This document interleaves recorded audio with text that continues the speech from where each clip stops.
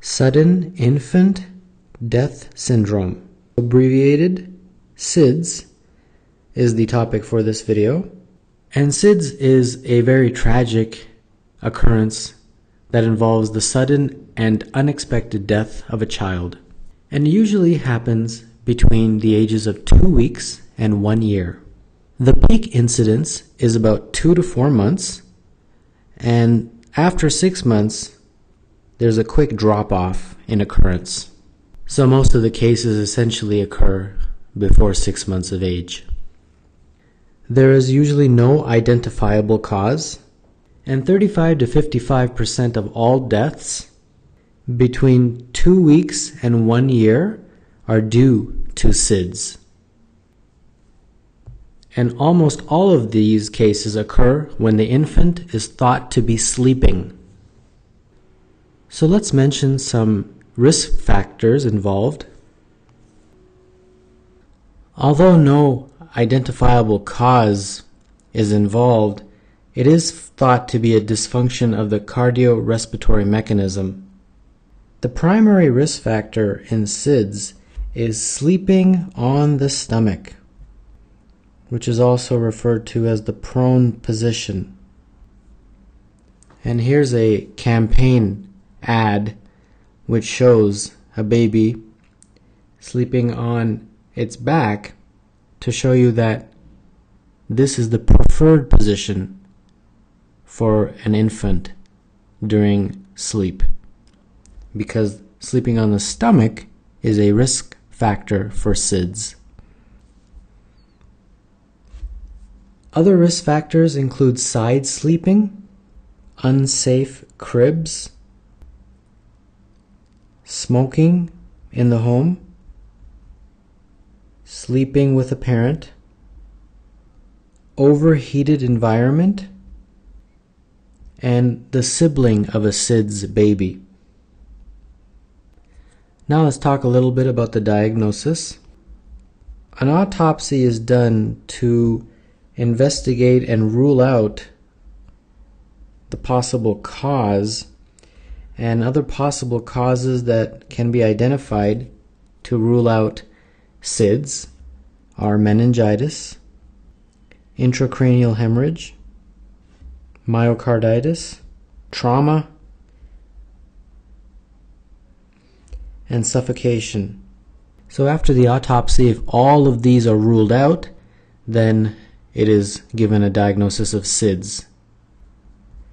Further management of SIDS involves the involvement of the local police department, a social worker who will be instrumental to help the family deal with this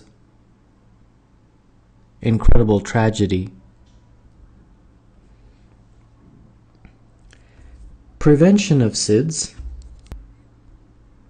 as mentioned before, is to ensure that the baby is placed on its back for sleep. Pacifiers may also help because they open the airway. Nobody should be smoking in the household. And also exclusively breastfeeding the baby also helps. So now let's take a look at a few clinical vignettes. The parents of a 3-month-old previously healthy infant check on the baby because they feel that he has been sleeping longer than usual. He is found apneic and cyanotic. The mother calls the EMS and begins CPR. When EMS arrives, the baby is still apneic, pulseless, and asystolic.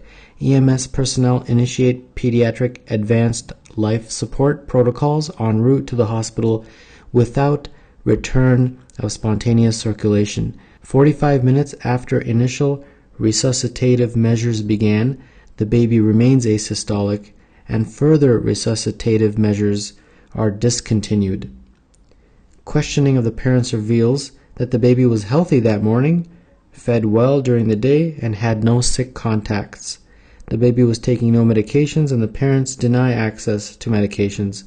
The baby had been growing and developing normally. The parents report typically placing the baby in the prone position for sleeping,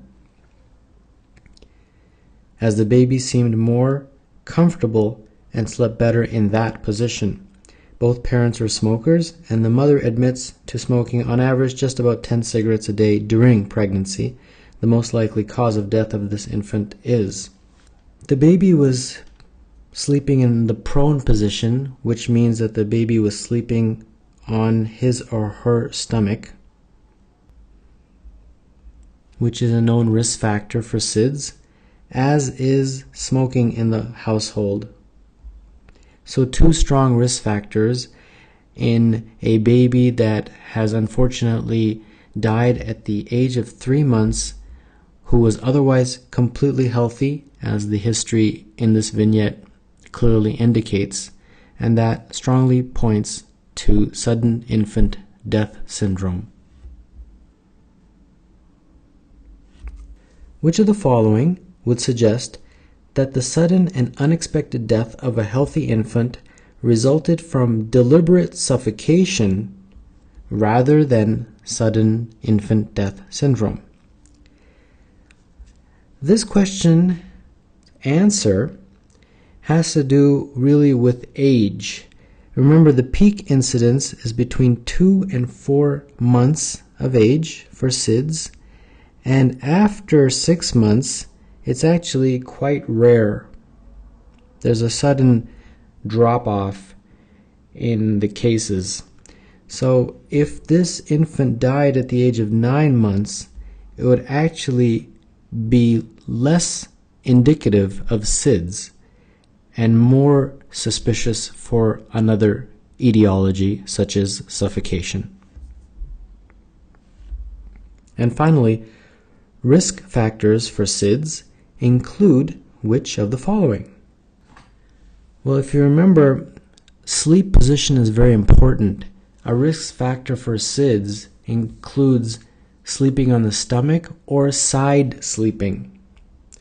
And I just wanted to mention that choice D actually has shown to help prevent SIDS because it can open the airway. So the answer to this question is choice A.